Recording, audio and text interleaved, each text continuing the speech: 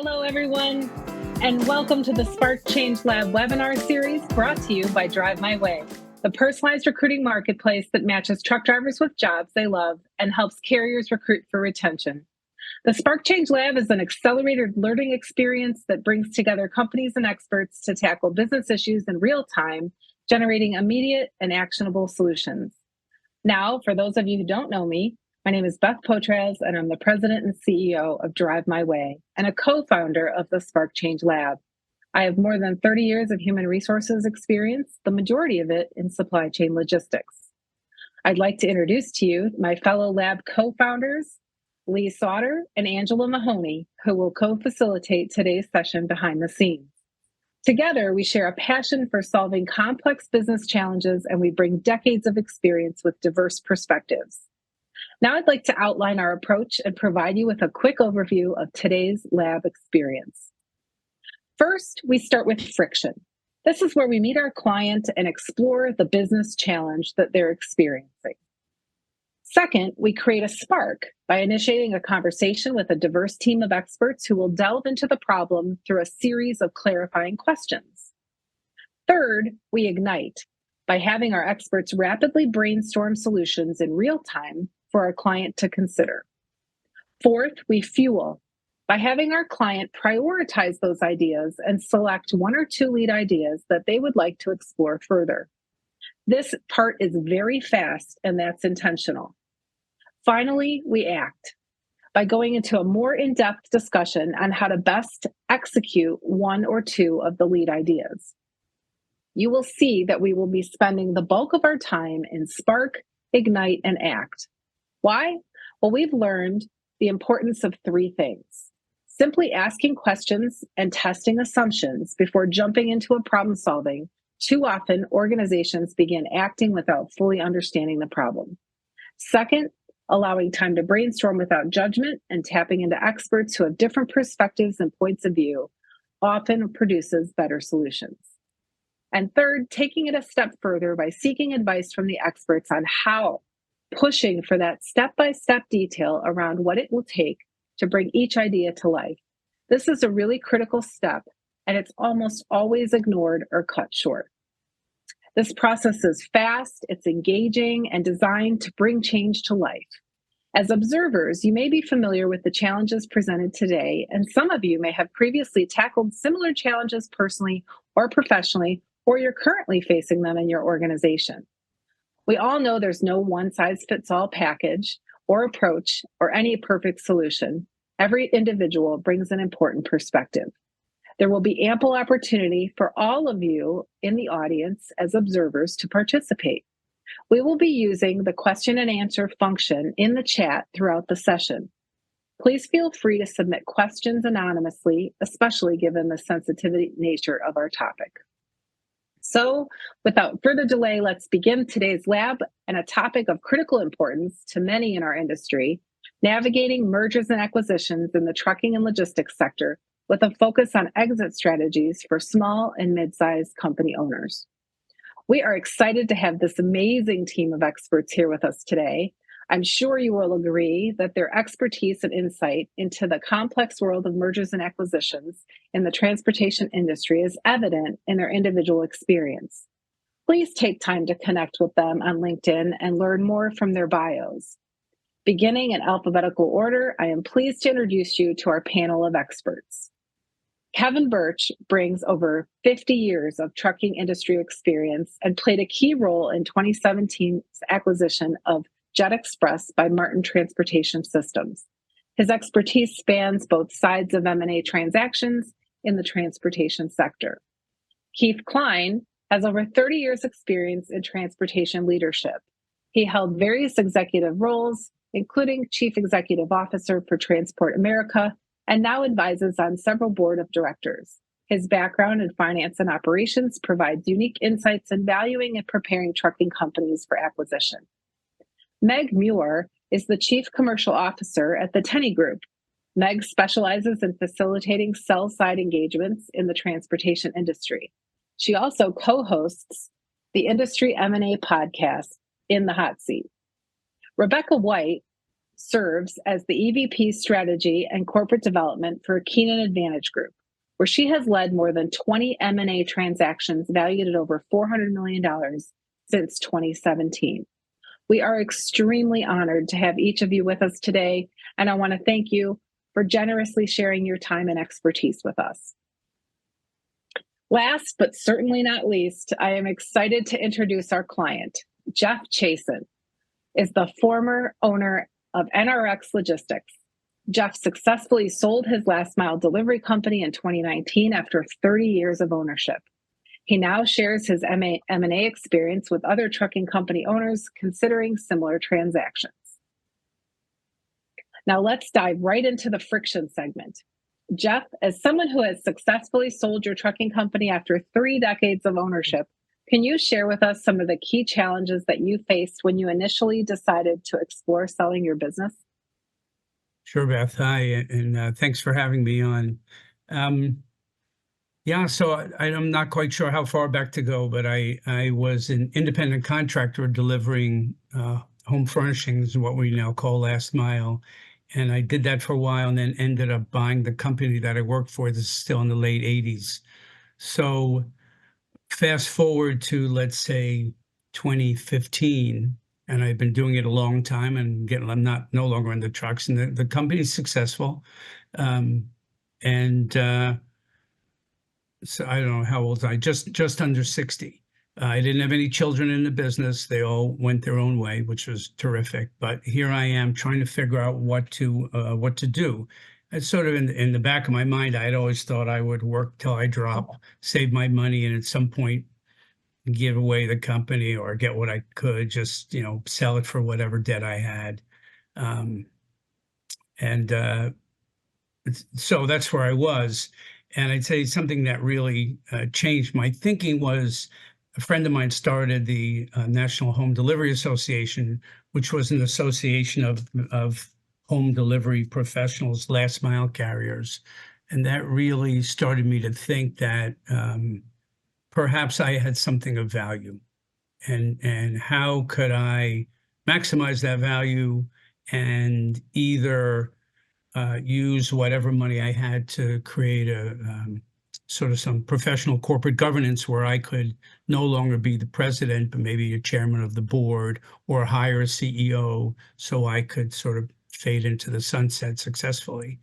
And but after spending some years with other carriers, so again, that was the most important thing I did initially, was to really, I used to keep my head down and say, I have my own secret sauce and everyone's my competitor and I'm just going to do my thing. And I found that was, in hindsight, a big mistake. When I started to talk to more people, including much bigger carriers, I realized that my company had a value.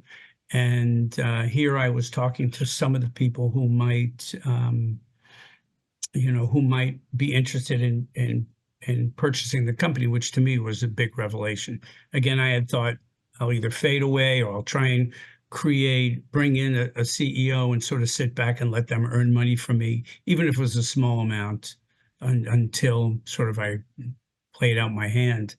But then suddenly you're in this world where people are interested in you, and so that was amazing. It's like, well, how do I assess my company's value? What does it mean to leave the company? What are the different plans? How do you even think about it? I guess is really it. What would I do with my free time? Am I prepared to just stop working? Which, many of us, this is what we do. We work. And how would I feel with either not working or letting someone else run the company? Could I even stand that? Or would I have to keep inserting myself when they didn't like their decisions? So so I guess that's really the challenge. Here you are at 60 years old and thinking, okay, what now? How do I think about my company? How do I make it better? What do I do? So I think I don't know. I could go on talking, but I think that's the question. That's the question in a nutshell. Is at this stage of my life, what do I do next? Thank you, Jeff. Indeed, navigating the M&A process as a business owner is extremely complex and challenging, and I'm sure that is resonating with many of our lab observers today. Your firsthand experience offers valuable insights for those considering similar transactions in the trucking industry. Let's now start the spark and turn to some of our experts to delve into this problem with some questions. For the audience, we'd love to get you involved in this conversation. Please refer to the chat box where you can anonymously add your questions or answers to what additional questions would you like to ask Jeff about his M&A experience. Kevin, Keith, Meg, and Rebecca, I'd like to invite each of you to ask a clarifying question of Jeff, given what you have heard about the challenge he's been facing. Please stick to questions that push for deeper understanding. Seek to clarify what you're hearing versus jumping into solving or testing solutions. Meg, would you like to start us off here? Sure. Thanks so much. Appreciate it, Beth. Jeff, it's very nice to meet you. I'm just really curious. You're at this stage of your life where you're looking to exit. Have you thought at all about the buyer pool and the types of potential buyers that you might be most interested in selling to? As you think about, financial buyers versus strategics or other operators or competitors in the space, how did you start to think about the types of buyers that might be most appealing to you and your employees there? Well, it's a good question because I didn't really have any. I mean, I knew trucking industry, but I didn't know anything about mergers and acquisitions. And I said I kind of kept to myself, so I didn't understand the landscape. So when I started to reach out and talk to other people, the first thing I did was I talked to a couple of companies where I knew the CEO, or I had met them casually, two very big companies, actually billion-dollar companies. And I figured I would invite them up. And so they flew up to meet me. And I can only say that after two of these meetings, I felt like I had my pocket picked. You know what I mean? I told them all kinds of stuff. I was very open. Here's the size of my company. Here's what I do. And they all, oh, this is terrific, blah, blah, blah, blah, blah, of course. And then I never heard from them again. So I realized that, wow, I need to get a professional because I am being made a fool of, or I'm being, I don't know the right word, but I really was out of my element. And I consider myself a pretty smart guy. It was pretty clear that I had no idea what I was doing. So I actually started to shop for a broker, and that was the step I took. And then that was a terrific education working with a broker. It took, do you want me to keep going? I don't know when That's when okay. to stop. That's all right. We'll give a couple of the other experts an opportunity to ask clarifying questions so they can get a better understanding. I know this is a difficult topic because of the confidentiality and sensitive nature. And we certainly wouldn't be speaking directly to somebody who is in the midst of the process. We're talking to somebody who's on the other end of it. But it's you've been through a lot, and it's a lot to try to think back to where you were at that point in time. And it's been great that you've been sharing some of those things. I'm sure they're resonating with a lot of folks in the audience. Keith, Rebecca, or Kevin, did any of you have any additional clarifying questions for Jeff? Sure, I'd be happy to jump in. Jeff, I guess one of the questions and one of the things that I think about when you're doing a transaction like this is all the different competing interests, the different stakeholders involved. You've got employees, you've got maybe family members, you've got yourself as an investor in the business, and trying to prioritize what's important. How do you want to roll in the company after the transaction and those type of things? Did you find it difficult to prioritize, or did you go through a process, or what was that process like for you in terms of prioritizing the different competing things that take place in a transaction? That's a great question, and I think it's really hard to, how do you prioritize those? I know that I wanted to maximize the amount of money I got, right? So that's number one. If there's not enough money, it's not worth going forward. I was looking for a culture match between my company and the purchaser. I kept everything very confidential. Only my CFO and I knew, because people react when they hear, oh my God, he's selling the company. People could flee or get negative with it. So I kept it very close to the vest. And I was looking at the culture. I was looking at the senior management of the entity looking to buy us. Did I like them, basically? Did I like them and did I trust them, knowing that I would be spending a lot of time with them? I was thinking about, after my early experience, I thought, can they close, or is it more BS? You know, there's a lot of talk, right? So you're talking to someone that really wants to close and has the financial wherewithal to do it.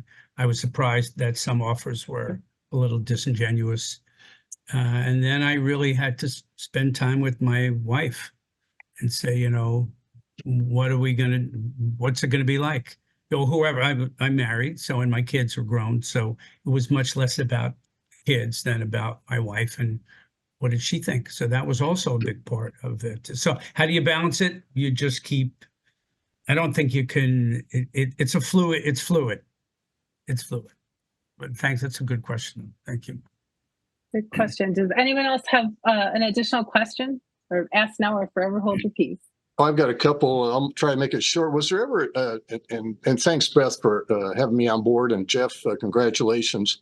60's pretty young. So in saying that, did you possibly think that you might want to acquire or buy somebody else? Or did you, I mean, were you actually saying, no, I'm not even going to think about it? Or did that come across your maybe getting more people involved, taking your expertise, this thing that you created, and make it bigger and better? Did that come across at all? And then also, I've got to throw in the culture part, because, you know, we all have different things in transportation, but really it's the leadership / culture that makes a difference. How did you deal with that? I know you said you're a non-asset. So did you care about your owner operators and where they were going? So I know that that's not a little bit, but did you ever think about getting bigger instead of saying, I'm done, I want to try to get the maximum amount, as you just mentioned? So yeah, also good questions. I had a friend of mine, another small last mile provider, who had done that, and he had found a distressed company. I didn't have a lot of money, and I didn't have millions of dollars of cash to acquire, so I'd have to take on more debt, and I had a friend who did that, and he did very well for himself, and he suggested I read a book and take 5 years, and I didn't really have the appetite to get bigger. Again, it may be in part because here I was, I'm not 60 anymore, but I was 16, and so do I really, I suspect if I was younger, that would have been a much more salient option. But for me, it wasn't at the time. And yeah, culture is a big deal. I was very proud of the company I built. I was very connected to the owner operators that worked there and my staff. And I wanted everyone, the buyer and my staff and the owner operators, to feel like it was good for everyone, which is very hard to do. You can't make everyone happy. And that's sort of I did the best I could, trying to make everyone happy, have enough money in the sale to give everyone something, and try and the culture was similar, but when you merge, you know, things happen and people leave. So I think it's really important to try, and knowing that it's hard to do to make everyone happy. Okay, good. Thanks. Beth, I have one you. question. If Sure. we have time. Jeff, thanks for Absolutely. thanks for sharing your story, Jeff. Really enjoy hearing how your business has evolved over the years. As you think about going through a sale of your business, how familiar are you with the process and the time and the energy it takes to go through that process? And is there anything you've done to prepare your business to go through the process of a sale? Yeah, so there's a lot of the answer is absolutely, and I had started long before I actually went to sell the company. I had begun a couple of years prior, so let's say 2015. I had decided that I had grown from inside before that. I raised people up, and so I have sort of had a homegrown company with people that maybe weren't the greatest at their job and some systems that weren't so terrific. So I looked outside the company, and I brought in a chief operating officer. I brought in a new CFO. so here's a lesson learned. I had always put the financials last. I always assumed that if I took care of my employees and my customers, that the money would come.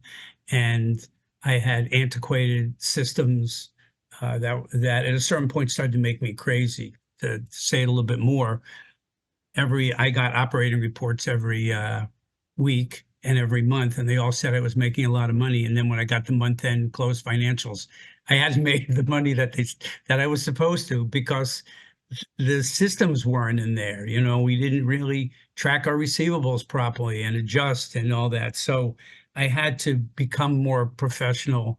So I hired a COO, a CFO, head of HR, and a compliance person. I brought them all in. So that was sort of the first step. And some of that I had to let people go who I liked, but who just really weren't qualified for. At this point, we're probably doing $40 million in business. It's a lot of business. And I stopped being so cheap about who I hired and started to pay the money I needed to get the professionals I needed. Does that answer your question? I get talking and I forget what the hell what the question was. No, that's great. It sounds like you did a lot of work in preparation to really set your business up for a successful transition. So that's great. Thank you. Yeah, for sure. Thank you so much, everybody's clarifying questions. So let me just give a quick attempt at recapping, just kind of setting the scene for where you were way back when. Jeff, you'd built a very, very successful final mile business that you were really proud of, your team, your company, your culture. You had been contemplating sort of what's your succession plan and kind of what's next for you in terms of your future, and began to become committed to exploring what's next, realizing that as you interacted with folks in the associations that you were part of, that you actually had something potentially of pretty good value. You sought the help of experts quickly, as this was a space that you were starting to navigate that you really weren't familiar with. And you realized you had a lot of things to consider when you tapped into that resource, buyer types, et cetera. And you set 3 priorities for yourself.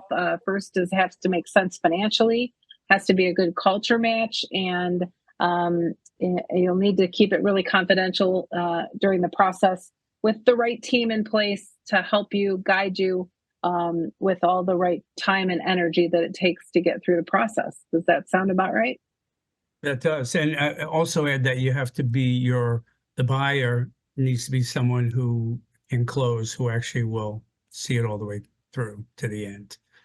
For sure. Yeah. Absolutely.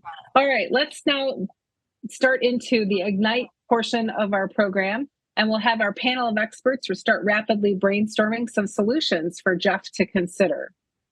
Before we begin, I want to keep everyone top of mind with a couple of key principles of brainstorming. There's no wrong answers or ideas during this particular part of the segment. It's wide open to all of your thoughts and suggestions.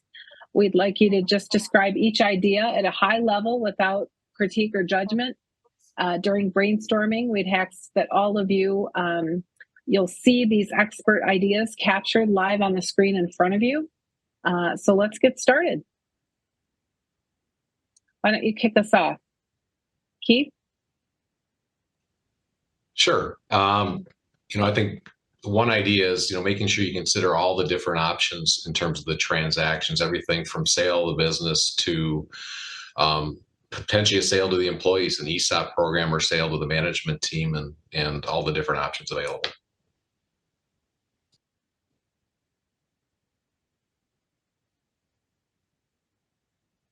Kevin? Go ahead, Meg. Oh, no, I was just going to say, I would also add to that, just starting the educational process. So consulting with potentially various investment banks to understand not only general valuation ranges of how similar companies are trading in the market, but also deal structures as well. Good point. Well, the experts are chiming in with their brainstorm solutions. I'd also like to invite the audience to go ahead and enter into the Q&A any other solutions that you would suggest to help Jeff navigate the M&A process. Kevin? Well, I think Jeff said it towards the end there to make sure that, you got to have a qualified, just like, in the trucking business, a qualified driver, not just a driver. You got to have a qualified person there. You hate to spend a lot of time and energy, and then all of a sudden it falls apart.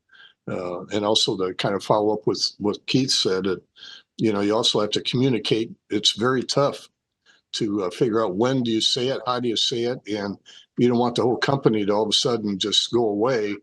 And then all of a sudden the buyer might have another suggestion that maybe it's not worth that much. So it's a little bit of touch and go there, but communication is the key, and you have to just kind of think through it and have good people around you to tell you exactly where you stand on it. But you would certainly hate to have somebody that, just like you had said earlier, Jeff, you thought maybe the bottom line you were worth this or whatever. You might want to make sure that buyer's got the capabilities to come through. Makes sense. Rebecca, coming from the buyer side, did you have any other solutions? Yeah, so it sounds like Jeff did a great amount of work really building up the team and getting the capabilities in place. I think another thing along the lines with that is preparing for a transaction is to start compiling diligence, because the process is very time consuming as buyers are looking to really get up to speed on the business, understand the potential risks in the transaction. And so it's hard to necessarily pull all of that information while you're still running the business. You obviously don't want the business to suffer throughout the process. So anything you can do on the front end, working with your advisors to help understand what's going to be coming and be able to start preparing for that. So for instance, on the legal side, making sure all of your legal documents are available and you know where your stock certificates are. And if you have an asset-based business, which I know Jeff didn't, but if you did, having the titles for all of the equipment ready to be able to be transitioned over, having your financials available, customer contracts that are signed, things like that. Just having all of that ready and available. So when the buyer starts digging in from a diligence perspective, they're able to move more quickly, and it's not as much of a burden on the company, and you can continue to focus on operating the business. That's great. Lots of things to consider in that category for sure. I'll just let any of you that have more solutions that you'd like to just chime in. I'll jump in again. We talked earlier, and I think Jeff did a nice job, thinking through the priorities. But if you haven't done that prior to, getting ready to do your succession planning, think about the priorities. What's important to you, and if two have to compete, which one takes precedence? Is maximizing profitability or the sale price important, or if you have a buyer that wants to buy the company but wants to consolidate the back office, all the operations into a different town, is your community important to you? So thinking through all the different aspects so that you understand when you're selecting the buyer and doing the transaction, what those priorities are and can make the right decision. Makes sense. Kevin, can you speak a little bit to sort of what comes next? I know with the sale of your business, oftentimes folks may stick around for a little while and then plan on departing, but when you think through after the transaction, whether you stay or whether you go or for how long? Well, it's got to be clearly communicated between, Jeff and the prospective buyer as to maybe there might be some, I'll call it a win-win situation where maybe Jeff decided that, hey, when we sign, we're done, and that's it. There might be some other opportunities that he may want to make sure that he, obviously he grew the company to a pretty good sized company. He's proud of it. He's done a lot of due diligence, and might want to hang around for a little while just to make sure that all that he's been working so hard at and proud of is that he might want to spend a little bit more time to make sure that that's what's happening for his other owner operators. He said that the truckers are known to give back to the community. If some of these locations were to close and whatnot, what would be the effect? So sometimes I would have the option available, and if that's the case, it'd be win-win, and then he can go on and do whatever else he wants to do.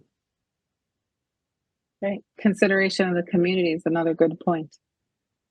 Well, there is because, there's a lot of things because we move America's goods and whatnot. We're involved in a lot, and a lot of people. We feed a lot of families, and not only that, but we also support the communities, if you will, whether it's through different things like Touch a Truck or job creations, workforce development. Tell about the careers. So we employ a lot of people. Absolutely. Other solutions? I would add just having management meetings. So I know Jeff mentioned that culture is just incredibly important. So as he's going through and vetting out various buyers throughout the process, we've always found a lot of great success whenever we can actually bring buyers and sellers physically together in the same room, have a meal together, get to know each other and general management styles. That's always helpful. I second that, Meg. I think it's extremely important from a cultural perspective for the companies to spend time together and really map out what an integration plan looks like, how the businesses come together and partner, and what the next steps look like, and figuring out how to share those best practices across the the combined organization. Rebecca, I was just really super quick, and Keith, I'll let you jump in here. Rebecca, Sure. Thinking from a buyer's side, and I think it was touched on, as you're thinking about your business and all the various components and the value of the components that may not be, the buyer may not perceive the same value on every aspect of the business. So how do you start thinking through or suggest some solutions around the matchup between what you're offering and what the buyer's perspective of that's going to be? And then when you talked about integration, some of the key things you should think through from a solution perspective on systems integrations and other things that are critical for the business. A good question. So on the valuation side, I think consulting with an advisor that can help give you a benchmark before you go to market on what your business is worth and how buyers are going to view the value of the business, I think is really important, because that can help give you a basis for when you go to market, so that you know what to expect and if it's in line with what you're expecting and what your needs are. I think that's incredibly important. On your second question regarding integration, a lot of work goes into that, and I think it's really important. All the employees are brought into the discussion and can be weighing in on the pros and cons of different types of systems integration. Where the benefits come when you're working on involving those systems, integrating those systems. I think it's important to just make sure that all the parties that are going to be involved in that and affected by it are included in those discussions. So a lot of that will happen post-closing, but to the extent there's work that can be done pre-closing, if the people are involved and are aware of the transaction, it's certainly helpful to bring that forward so everyone feels comfortable with the plan going into the closing. Makes sense. Keith.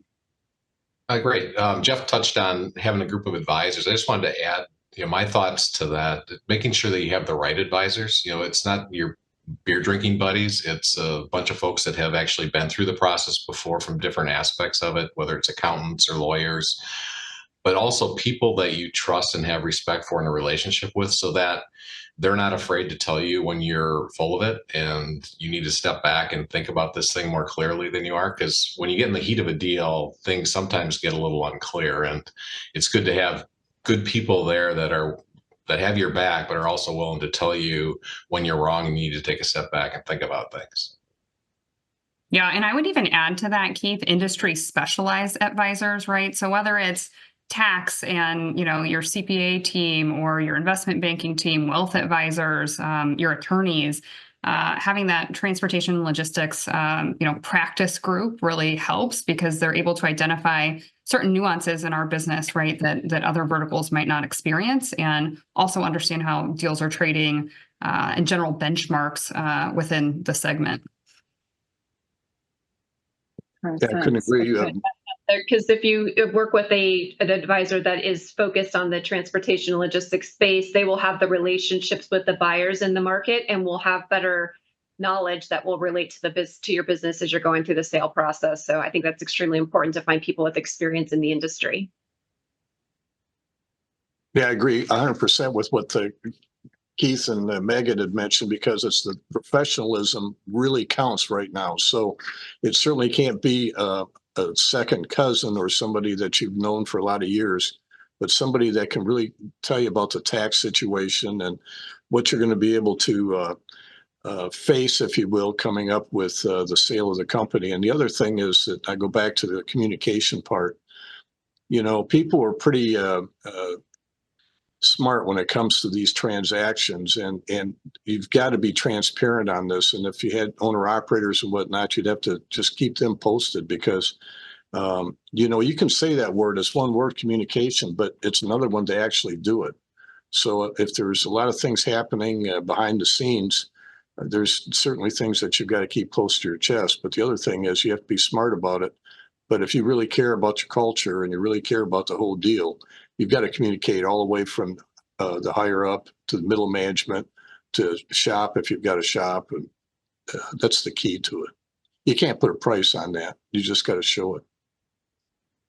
Absolutely. No doubt. Okay. Those are some amazing solutions. We'll get a chance to take a little bit of a deeper dive in just a second. Wanted to offer up to the audience an opportunity to chime into the chat with any additional brainstorm ideas that you have that Jeff should consider. We've had one panelist ask a question about how do you know if your sale is reasonable or if you're selling too low or too high.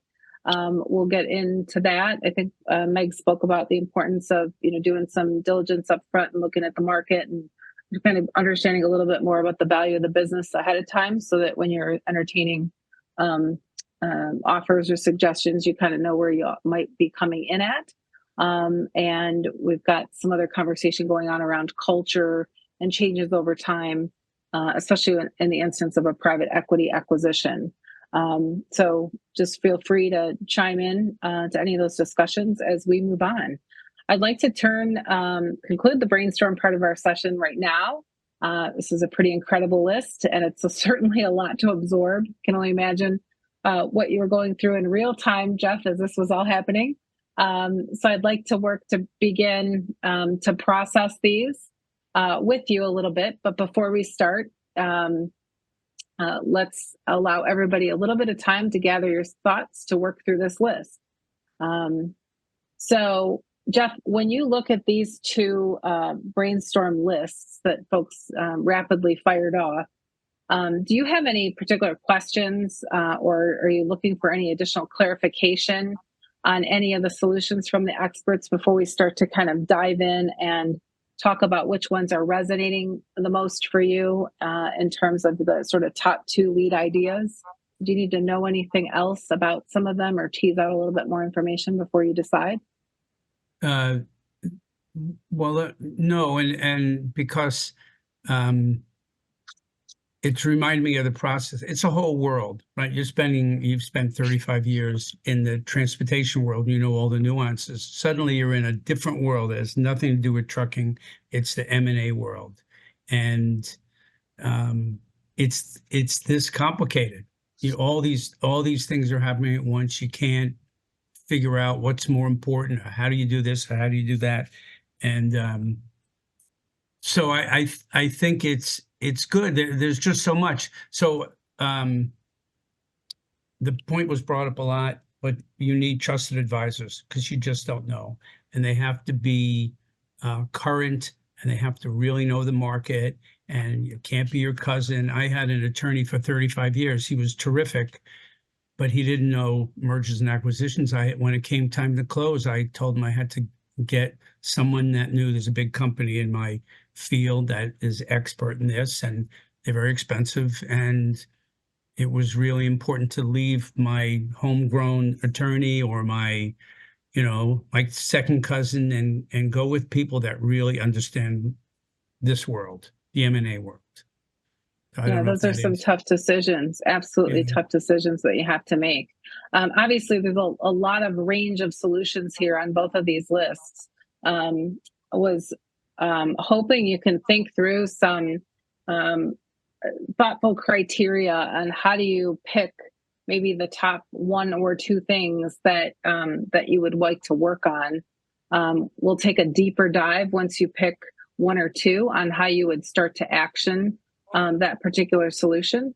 But here's some assessment criteria you can think through on how to go about picking your top two. So thinking through which ones would have the highest potential impact to help you achieve your exit strategy goals. Which ones would align with your company's culture, legacy, future vision, as you were setting forth on those things being part of your priorities. The feasibility, given your financial position at the time and the reality of your operation and what you were capable of doing, and the potential for long-term success or the sustainability of the business. So as you think about those particular criteria, let's revisit the list of ideas. And if you would mind highlighting one or two of those that you think would warrant some further exploration. You know, I do. For me, building your team is really number one, because you have two teams, right? You have your operational team, and then you have your M&A team, and both of them have to be top notch and have to. So all these questions, you know, how do you know that how do you evaluate what's the value of your company, right? So what's your EBITDA? What is that even, you know, if you're like every other small business owner, you're paying your wife X and your son is doing this, and you know, somehow your car is on the books, and, well, you know, how does that affect your EBITDA? So I think you need a partner to come in and really evaluate your financials. No BS. What you know, really, what are they worth? You need someone that's out there helping you figure out what's the best multiple, right? What are the multiples like in your industry? Are they 4x? Are they 5x? Are they 12x? You know, and if it's early in the process, maybe things that you can do to increase the multiple. You know, what steps? Maybe you have to take a step back for a year or two. Someone mentioned buying another company or going after a certain line of business, or diversifying. That will increase your multiple. That's really important. In the meantime, as you're checking out all your sort of M&A questions, you have to be growing your business. You have to have some your operating people have to be doing a better and better job, and also communicating. One thing I failed to mention when we started to sort of refine the business, somebody mentioned communication. We found a very inexpensive way by posting weekly on LinkedIn to get the message out to our customers how great we were, get the message out to our employees what a cool company we were to be part of. We did give a lot back to the community, but now we're in COVID, so we were doing things. We were all considered essential services, so we were working and doing all kinds of charitable things with a two-pronged focus. One, so that our employees and our operators felt proud to be with us, to be working with us, and so that a potential buyer saw really the breadth and depth of our services and culture. I don't know if I'm answering your question. No, that's okay. I think what I heard, and I'll just, you know, challenge this. From everything that you just said, I'm understanding your top two solutions that you'd like to dive a little bit more into. Would one be go about how you build the team, the proper team, so that you can ensure success of your deal? And two, how do you go about the process of evaluating your value and understanding the market and understanding the potential buyers and the fit piece of it? So those two things is what I'm hearing you kind of hone in on. And if that's true, I'd love to invite the panel of experts to start to help dive into tangible actions that you can take to start solving against these solutions. Meg, can you get us started? Yeah, sure. I would say in terms of the team, I would just think about who those key individuals are out of the gate. So the initial ones that come to mind, of course, being your M&A attorney, probably your tax advisor, your wealth advisor in that transaction, investment bank. Jeff, what am I missing here? Any other key advisors that? Sorry, Rebecca, did you? No, I was just saying you're kind of teasing out the key roles. Yeah, exactly. So I'd say for me, when I realized that, now I had a friend who sold his business and he studied it for years. He really became expert and did a good job. But for me, hiring a broker, I would say that the process of interviewing and hiring a broker took a long time and was worth every minute, because they can, they can hold your hand through the whole process, from evaluation to shopping for a buyer to the due diligence, which is such a drag. The due diligence process is so terrible, particularly if you're selling to a bigger company who has a team of attorneys and a team of insurance experts, and they bury you. So you need someone to help you through that process. And it almost seems like you'd want to have some of those advisors in place to help you think through what's the right broker. If you're going to go down the broker path, in that transaction, making sure that you've got some advisors that know that market to make sure that they're helping you think through who is that right broker. Yeah, absolutely. And then if you do have equipment, right, someone to value your equipment, potentially real estate, if there's a real estate component. So I'd probably add those two as well. And also, I would suggest that you use those people at meetings that you might have with the prospective buyer, that they're involved in it. That way you don't lose some of that communication, possibly through a text or an email, eyeball to eyeball sometimes on that, especially if you get the experts. And you don't have to limit it to one or two. You could have your whole team in there when you start talking about getting down to the nitty gritty, if you will. It's a shortcut, and a lot of times that proves to be very beneficial for both parties. Yeah, I agree. Go ahead. I was just going to say, just to help enter some of the audience participation into the conversation, one of the other suggestions was also, how do you make sure or make certain that your advisor is going to introduce you to multiple buyers that have the business characteristics that you specifically match to? How can you tease that out ahead of time so that you have a robust set of choices, I guess, because not everything is going to work out when it comes to personality, culture, strategy, et cetera. Yeah, I was just going to add that it's probably equally as important to identify those that you want to exclude from your go-to-market strategy. Good point. Right.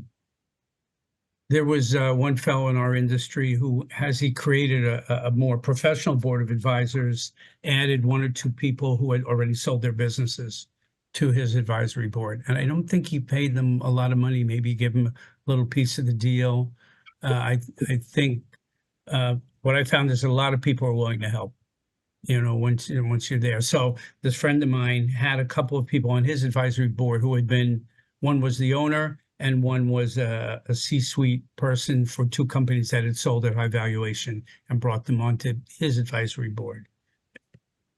Yeah, getting references and referrals from people who have already gone through the process, and maybe leveraging some of those connections you've made through your industry association that have gone through the process can really be helpful, because you obviously want to work with an advisor that somebody would recommend to you.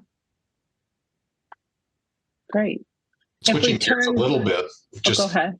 Because Jeff had talked about internal team and the M&A team, and just to talk about the internal team, and he mentioned this, but I think critically important is making sure you have your financials in order, making sure that you've got a strong enough finance team to have timely financial statements that tell you exactly how your business is doing. You will undersell and undervalue your business if you have poor financials, because the buyer's not going to trust the numbers, and you need the buyer to trust the numbers, and you need to understand, and your advisors need to understand exactly how the business is performing to figure out how to get maximum value. So I think that would be, on the internal side, one of the areas of focus, to make sure that you've got, and I consider timely financials. If you don't understand how your business performed last month, 10 days after the end of the previous month, that's not timely. So that'd be my perspective. Yeah. That's So correct. true. So I if we want were to to add, turn, go ahead, please I'm do. just going to add to what Keith said. An additional fact is that you're going to be taking a year off from running your business because this is such a distracting and absorbing thing that your team, not only your financial team, but your operations team are really going to have to be able to run things without you. You know, if you're a owner of a small business, you work 12-hour days and you got your fingers in everything. You got to stop that, or you'll either mess up your business or mess up the deal, or both if you can't focus. Really good point. Really good point. All consuming process. But, you know, you were all in when you built it, and you need to be all in when you're planning for its future, it sounds like. So when you seek to, the second solution that was brought up is seeking to understand the market itself and trying to gauge the value of your company and who all the potential buyers might be and where or how they might perceive the value. Any suggestions on how Jeff might go about actioning that?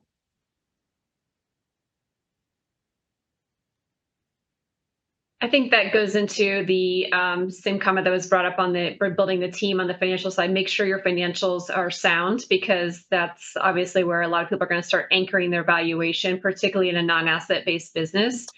So I think making sure you have sound financials that everyone can, that the buyer can feel confident in, is a good step towards ensuring the valuation of your business.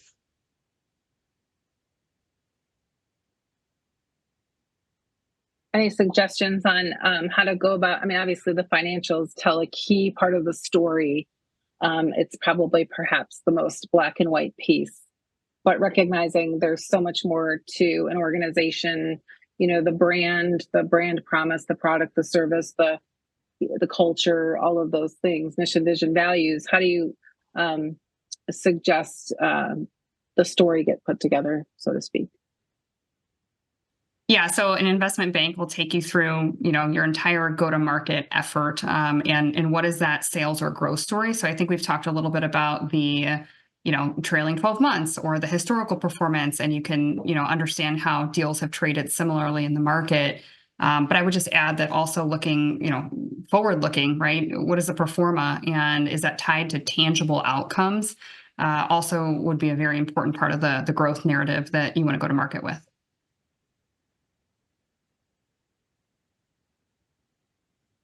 Makes sense. Starting to sound like the pressure that you go under when you start to consider selling your house and look at all of the different options of all the particular agents out there that might be willing to help, but who's the right fit for you, right, Jeff? That's right. Okay. Well, I'll appreciate everybody's input on that piece of it. For those of you observing, feel free to chime in on any ideas that you have on how Jeff might go about actioning either one of these solutions in terms of your input. And we'd like to, before we close, ask any of the experts, including you, Jeff, on being able to impart advice that you have for those of us that are observing the webinar or find ourselves contemplating this as a business owner. What advice would you give for somebody in Jeff's position? Do your due diligence. Haste makes waste. Take notes. If you think it doesn't feel right, chances are you might need to ask a few more questions and do a little bit more digging with your professional team. But by no means, this is not a race where you want to hurry up and get it done. It's the process getting to the end. Yeah, Absolutely. just to reiterate that, and Kevin touched on it, but start early. You know, if you think you're going to need to exit or want to exit in 2 years, it's not too early to start that process. Yeah, I agree. The preparation is definitely important, because the more prepared you are, the more you can stay focused on your business and making sure that it continues to thrive during the process. Yeah, I would I agree with everyone. You're an expert in your own business. Now you have to become an expert in the selling of your business. It takes time. It's very complicated. Be patient, because because you just don't know. You don't know that world. And look for good advisors, both personal and professional. Absolutely. For those of you in the audience, what final piece of advice would you offer a trucking company owner who's considering selling their business? Many of you come with often different perspectives. If you want to include whether you're asset-based, non-asset-based, or any other considerations you think are important, that would be particularly helpful. Jeff, we realized that we walked you way back through this process with hindsight's 2020. If you had to pick one piece of advice that you think is the most important in retrospect here that you want to impart on everyone who's contemplating this process, what would that be? Well, I know this will sound like a shameless plug, but I took a while to pick the broker that I did, and they were phenomenal. And they helped me through every step of the way, all these things, getting my own business in shape, clearing out the BS. So the number was the number, understanding the market, and going out to many buyers. And then the process of the close was very difficult. You need someone that's going to be with you every step of the way. And so I would say, for me, finding the right broker to broker the sale was the key to success. There's also all these different formats. Is it an earn out? Is it cash up front? Do you take stock? All those things too. Very complicated. Sounds simple, but it's really complicated when you get into the nitty gritty. Wow, this has been an action-packed session.